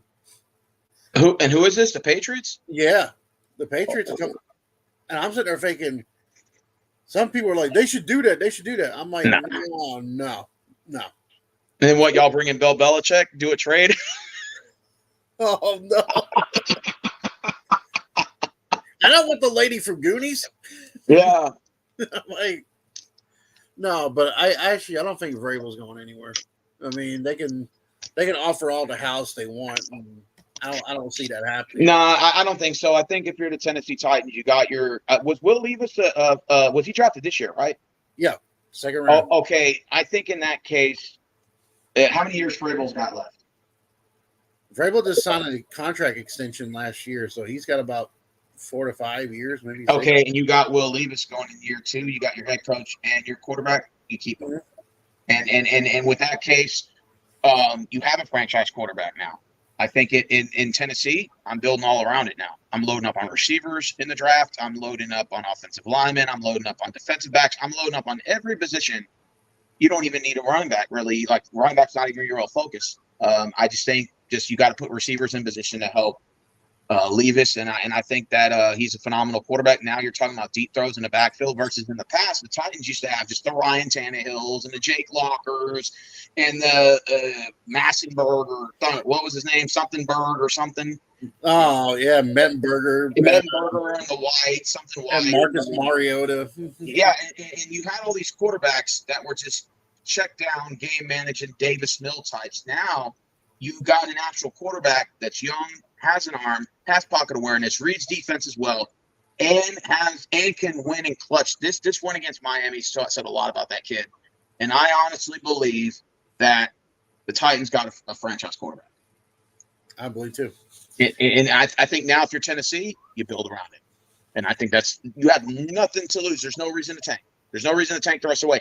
Now, if you lose to Houston and you're 5-9, I'm thinking, okay, yeah, still tank. It's not a big deal, but I'm still going to put Levis out there. I'm still going to give him his reps. I'm still going to try to win. And whatever happens. At that point, I'm just like, okay, 5-9, I'm out. So what? We already know we don't make it. Let's just go out and play 3 good games. Try to win 2. Fuck it, and then let's just go from there. And that I think this game right here is going to be the signature point for how the Titans' momentum goes the rest of the way. Because if they come in and they kick the living shit out of Houston, and they send a statement, they're like, we can run the table at 6-8, win out. Let's win these last 3 games. Let's win Seattle, who's struggling 4 in a row. That could be 7-8. Then you go at Houston. Now that's going to be a challenge because Stroud will be back. So y'all got to actually have to win that game full out and have a strategy. And then if you somehow win that one and go 8-8, now you play against the Jaguars team. Which Jaguars team is going to show up? If I'm the Titans, that's either a divisional game or the division's locked up, and I need that win plus maybe some extra losses from here and there, and I get that wildcard spot. One of the 3. Remember, now it's 3 wildcard spots. So if I'm Tennessee, if I'm a Tennessee fan, I'm hopeful for the future. Yeah, me too. Yeah. Mm-hmm. Yeah. All right, Kev. Well, I didn't mean to keep you on this long. I know you got to work tomorrow, man. That's fine. I apologize for keeping you. I know you got to work at 7. This is our first collab that we've done together like this, sports topic, in 3 years. Yeah, I know. And it's funny. Yeah, I know, because when I looked up your name the other day, it showed up. Like, it said Kev Steven Texans Titans breakdown. And it was 2020. And I was like, damn, it's been 3 years. Holy shit. But something, Kev, now that I have you on here, man, I just want to say, man, I know we've had our differences over the years sometimes, and sometimes we can come to. But I've always had respect for you. And I just want you to understand that you, your wife, and everything. I don't want you to think that, I was some hating, stifling backstabber. At one time I did have a bad attitude, but that my perspective has changed over the years. And I just want to say that I enjoy having collabs with you, even if it's just once in a few blue moons. Yeah, and we I know we talked about hanging out at certain points. It just didn't get a chance to happen. Yeah, I just didn't have. But man, one day we'll get it happening. Especially next year when I get a week of vacation or something, we can maybe work something out and maybe I find a cheap hotel down there by you or something. 'Cause I know they have them in Nashville, and there's a lot to do down there actually. So yeah, we're building the new stadium. Should be up by 2027. The stadium's being built in the parking lot of Nissan Stadium, which is I don't even, that's kind of crazy. I don't even want to be a part of that whole traffic jam bullshit back there. So, wait. So they're closing that stadium down and they're just relocating to the parking lot? I think so. I mean, I That's don't know. Weird. I don't know. I know. I'm just looking at it like, and plus the new stadium is going to have lesser seating than the Nissan Stadium does. So it's like, okay. We'll see. Now, do you like Tim Kelly in your offense? Marvin says. Tim Kelly. I mean, some Titan fans have had some problems with him. I've certain plays he's done. I've been like, I kind of want to wring his neck, but I like some of his trickery plays, and I like the fact that he sometimes uses Derrick Henry as like a quarterback position. And uses this little wildcat and throws it and stuff like that. But his plays, Tim Kelly knows how to call plays for D-Hop, without a doubt. And so I think Tim Kelly has earned his spot as far as being an offensive coordinator. Okay. And like I said, I think worst case scenario for the Titans, they don't win this week. You just say, hey, look, man, it is what it is. We got our future quarterback. Let's just prepare for next year. But if they win this game, they go 6-8. It's just another reason why not to go in believing we're going to run the table. And I'm thinking that division in the AFC South is still wide open as long as the Jaguars keep losing. The Colts are sort of a flip-flop team. You don't know. They could lose to Pittsburgh on Saturday. They're barely hanging on to that last spot. And the Texans are banged up. So a Titans win, and let's just say hypothetically, let's just say the Texans lose. They're at 7-7. You guys win at 6-8. And then you got the Colts losing to the Steelers with Kenny Pickett's playing. They could win that game. The Colts lose at 7-7. So now you're talking about you're one game back for both of us. God knows Jacksonville probably not going to beat Baltimore on Sunday Night Football. In fact, I picked Baltimore winning that game. I think the Jacksonville Jaguars struggles will continue. And then so they got 8 wins. So then you're talking about 2 games behind them with still 3 games to go. Anything can happen. So that means that last division game, if you're playing the Jacksonville Jaguars in week 18, you're now with the hope we can go in and win that game and possibly be the division winner at 9-8. Yeah.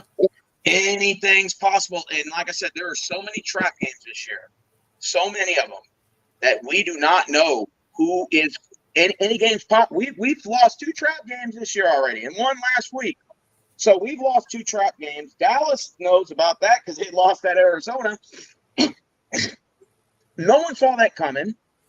You got the Browns without their quarterback winning trap games against Baltimore and Pittsburgh. The Browns are winning without a starting quarterback. Go figure, because their defense is nasty. You got Denver at 1-5, and they won all these games. You got Jets winning trap games. This season has been, and we lost trap game to the Panthers. They're only win of the year against us. So that was with Stroud playing. So what I'm saying is this NFL season has been very unpredictable, and it's been very fun to watch because in past years, you saw a trap game once or twice, and you're like, okay, that was in week 8. There's 1 or 2 trap games, but you won't see that for another 10, towards the end of the season maybe. But now you're seeing them so often, it's any given Sunday. And I think the Texans do what most of these teams do when they know that they're favored by their 10.5-point Vegas favor, and they look and they're like, oh, look, we got the Jets. That's an easy win. And then when we went into New York, the weather conditions sucked. The turf field sucked. 8 of our guys got hurt, and C.J. Stroud got injured and threw for only 92 yards. So that goes to show you right there that it's any given Sunday. And Tennessee just won in Miami. The Giants beat the Packers. Packers were, I think, a 6.5-point favor. Yep. And like I said, there's so many trap games. It's any given Sunday. I no longer look past any team on the schedule anymore, regardless of record. No, I don't either. No, yeah. Chiefs are even losing trap games left and right. They lost at Green Bay. And then Pittsburgh lost against Arizona on Thursday. And then they lost again to another bad team just this last week. So it's any given Sunday. But hey, Kev, I just want to appreciate you for doing this hour-and-a-half conversation. Is there anything else you'd like to talk about? Or you want to wrap it up? I just want to say to everybody, I know that Tennessee, parts of Tennessee got hit hard with that tornado. Yeah. The town that I was at, we were about a mile away from that one, from the F2. But we were okay. We were just without power for about 15 hours. Wait, so it was an F2 tornado? The one that hit Clarksville, Tennessee, was an F4. The one that hit near where we were at was an F2. So, wow.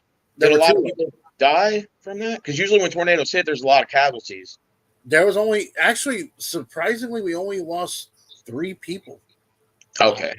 Wow. There was a lot of damage still. Like as far as I'm just curious. Okay, so you said that F2 tornado was a mile from your house. Could you hear it? I could hear the wind when we were going into hiding. I told Mel, I was like, get in here now. Let's get in here. Just shut the door. I actually heard that little wind, and I'm like, man, that's something I've never heard before. Was it real black outside? Did it sound like a freight train? Yeah. Yep. Oh yeah. We had a hurricane hit here in 2017, and then they spun off small tornadoes, and we had one in my neighborhood. And it sounded like a freight train, and it started on Cartwright Road right by my neighborhood, but it was like about half a mile from my neighborhood. It touched down, then it went up, and then it kind of the clouds went over, and then it dropped down at the bank, West Wells Fargo, and it completely took like half of it off, and then it took the KFC and the Buffalo, Wing Street, to damage that. Then it went back up, and then it skipped a couple neighborhoods, and then dropped down on Fifth Street in a neighborhood back there. I think it was Quell Green West. And it completely took all those houses off, bro. Like it was taking 500-year-old trees out of the ground by the roots. And you could see the whole roots and everything. It was just picking them out of the ground like it was nothing. And that was an F3. And it was like, that was one of the scariest situations I've ever been in. Because people downgrade tornadoes. They say, oh, well, at least it wasn't a hurricane. I'm like, shit, them things can fucking take you out of the house. Yeah. It'll take your whole house and lift it up and throw it like 20 feet. Yeah. Well, there was one house that got someone's trailer went in. Actually, a piece of a train went into someone's house. Oh yeah, tornadoes could be deadly. One guy, that neighborhood it hit over there, he was on the news. He was saying he was sitting in his car smoking when the tornado hit. It lifted his car up and it threw him in the attic of his next door neighbor's house, and he was stuck there for half a day. I said, yeah, it can happen, bro. It can pick trees up out of the ground and throw them down the field like a miniature Nerf ball. It's those tornadoes got a lot of strength, even in F2 and F1. Yep. Yours was an F2, right? Yep. We were very fortunate. We had no damage. Our neighborhood had no damage, but traffic around here has been. I'll say traffic around here has been really crazy since this whole thing happened. We've had some people still without power. We still got the telephone poles have had to be fixed. There was just a lot of different stuff going on. I'm just curious. Have you ever what's the most deadliest tornado you've ever been in? Like Bayou or whatever? Do you remember a year? Or? Most of the tornadoes that have hit usually hit like downtown Nashville or other outskirts. Yeah. This is the first time since 1996 that it's hit near where we live. Wow. So I would say this one was a little bit scary. Okay. Yeah. So you're saying since 96, that's the first time it's been in your area. Yeah. Bro, that's a long time. And then it decided to hit another town right after it hit us, and they got some damage too. So it's like Tennessee got picked on. But what's interesting though is East Tennessee, Knoxville, where the UT Vols play. Knoxville has never had a tornado over there in East Tennessee and near the Smoky Mountains. Okay, so your area that was hit by that tornado the other day, you're saying that was the first time it was hit since when? 96? Well, 96 is when the last time I saw a tornado hit around here, yeah. Do y'all have tornado sirens over there? Yeah. No way. Oh yeah. Do y'all have you can hear them too. Do y'all have not tornado sirens, but do y'all have like shelters, like what do they call them? Those basements? Yeah, some houses have basements, some businesses have that. So you can go over there and hide and stuff like I that. think they call them storm cellars. Do y'all have those over there? I believe so. And to answer King Twister's question, I heard that Nashville was wanting an expansion baseball team. We do have the Nashville Sounds, which is like I say, it's a minor league baseball team, but Yeah. Nashville's been wanting a major league baseball team for a while. So I hope we get one. I mean, I don't know when it's going to happen, but I would love for it to happen. Nice. I think y'all are due for a basketball team too. I know y'all got Memphis Grizzlies, but I think Nashville could host a basketball team too, and a baseball. I mean, I know y'all got football with the Titans. And we got a professional soccer team, and now we have the Nashville Predators, which is a hockey team. Oh, where does y'all's Tennessee Vols play? Knoxville, which is like 3 hours away from here. Oh, that's not bad. You ever been to a Tennessee Vols game? Oh, absolutely. And that stadium is crazy on game day. Yeah, I'm like, I will tell anybody that right now. That there's something special about going to college football games. They're different than the NFL games. I'm just throwing that out there. The energy's different. Oh, facts. I always say going to a college football game. I've been to Rice Owl games because Rice is right down the road.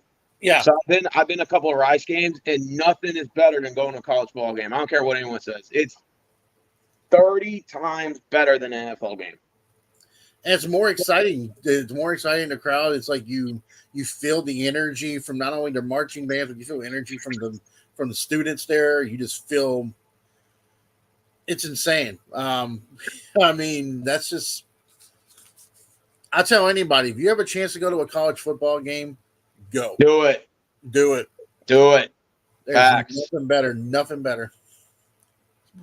All right, Kev. Well, I'm glad to hear that you're safe and everything. I know we don't really talk much, but I think sometime after the Texans game's over, if not Sunday, maybe sometime during that week, maybe we could do a kind of a little short collab and try to get something. Well, what are your days off normally? Or is it a set schedule or is it random days? Random, but I am off this Sunday.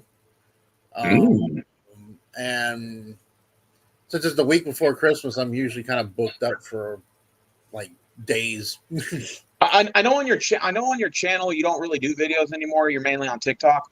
Have you ever thought about doing like more Titans videos or just maybe something next year? Well, no, I still do stuff on my Big Kev's World here on YouTube. It's just sometimes I like to kind of branch out and just kind of because sometimes I'll do my TikTok videos and do short videos on YouTube, which actually get a lot of views if you do like on TikTok. I actually do some TikToks and I add them to my YouTube, and those short videos actually get a lot of views and a lot of likes. So yeah, everybody's talking about TikTok like they're transitioning to TikTok now because TikTok's getting all the views and the subs right now, and you can get paid on TikTok, but I think you got to get like 10,000 followers. Yeah, well, I mean, like I'm still going to talk about the Titans because some of these Titan fans, I'm like I said, I'm a part of groups with on Facebook, have given me enough material to talk about. Anything in Nashville going on for New Year's Eve? We usually have like a big New Year's Eve. You know how New York has the ball drop. We have like this little guitar thing that drops. What? Yeah, so we Nashville parties. Believe me, I don't really go down there because I don't like to deal with a lot of people. That's just me. All my times of doing security back then, I just don't like to deal with it anymore. But for the most part, yeah, we do a lot of. I think one year we had Kings of Leon, we had Leonard Skinner performing, and a few other people. So yeah, we do stuff. I didn't know y'all do a guitar drop. That's pretty cool, man. I wouldn't mind checking that shit out. That sounds pretty fun. It's like sometimes it's a guitar, sometimes it's like a music note. That's really cool, man. What's in downtown Nashville? Yeah. Yeah. The fireworks, the reunion tower. Yeah, I've been to the Dallas one. Yeah. Man, I'm telling you, man, I've always wanted to go to Nashville, man. Like I said, it seems like a pretty decent place to visit, and there's a lot to do over there, too. There's a lot to do, and there's a lot to it's a lot of history there. Like some of the buildings and everything, there's a lot of history to those buildings. So it would be fun because I know you and I are like history people, so we both love that kind of stuff. Oh man, I'm telling you, bro. I'm into that stuff. Like I went to Dallas one year. It was in 2022 for 12 days, and I went to the Texas Civil War Museum, and then I went to the Vietnam War Veterans Museum, and then me and Travis not the last time I was down there, time before that, in March of last year, we went to go see Bonnie and Clyde's grave sites. Yeah, because they're from Dallas. So we went to both of their grave sites. It's funny because they buried Clyde Barrows in like a shithole area in some shithole gravesite, but then they buried Bonnie in a big monumental, like looks like the National Cemetery in DC. Like they got her all buried next to her family because I know she was married before she met Clyde, but her husband was in prison, and then Clyde and her met up, and then they teamed up together. It's like her side dude. So I get why they didn't bury them two together, although people argue that they should. But Bonnie is buried with like her original husband and her family, like her mother and her sister, like their plots are all together. But like Clyde, they just buried him in some shithole out in the middle of nowhere, like like some rough area too. Me and Travis went there. And like the only way to know it's his grave was we had to pinpoint the direction, and then it said like Clyde Burrows, and there was like a couple flowers there from descendants. But other than that, man, they like if you were just driving through there, you wouldn't even know that was Clyde Burrows' gravesite. But like Bonnie was buried in a big, giant, like national, fucking cemetery and shit, and she got like the preferential treatment out of all of it, I guess. But yeah, they're infamous bank robbers from Dallas in the early 1930s. Yeah, man. And so, so we went to go see that, and then we went to go see John F. Kennedy's, where he was actually shot at, riding in the car and on the actual freeway. The grassy knoll.